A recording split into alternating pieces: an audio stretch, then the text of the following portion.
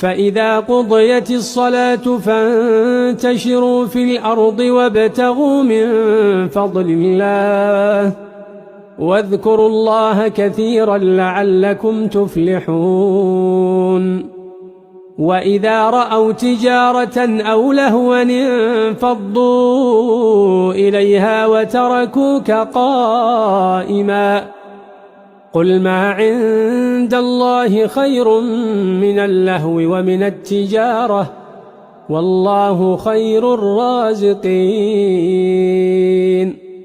ما شاء الله.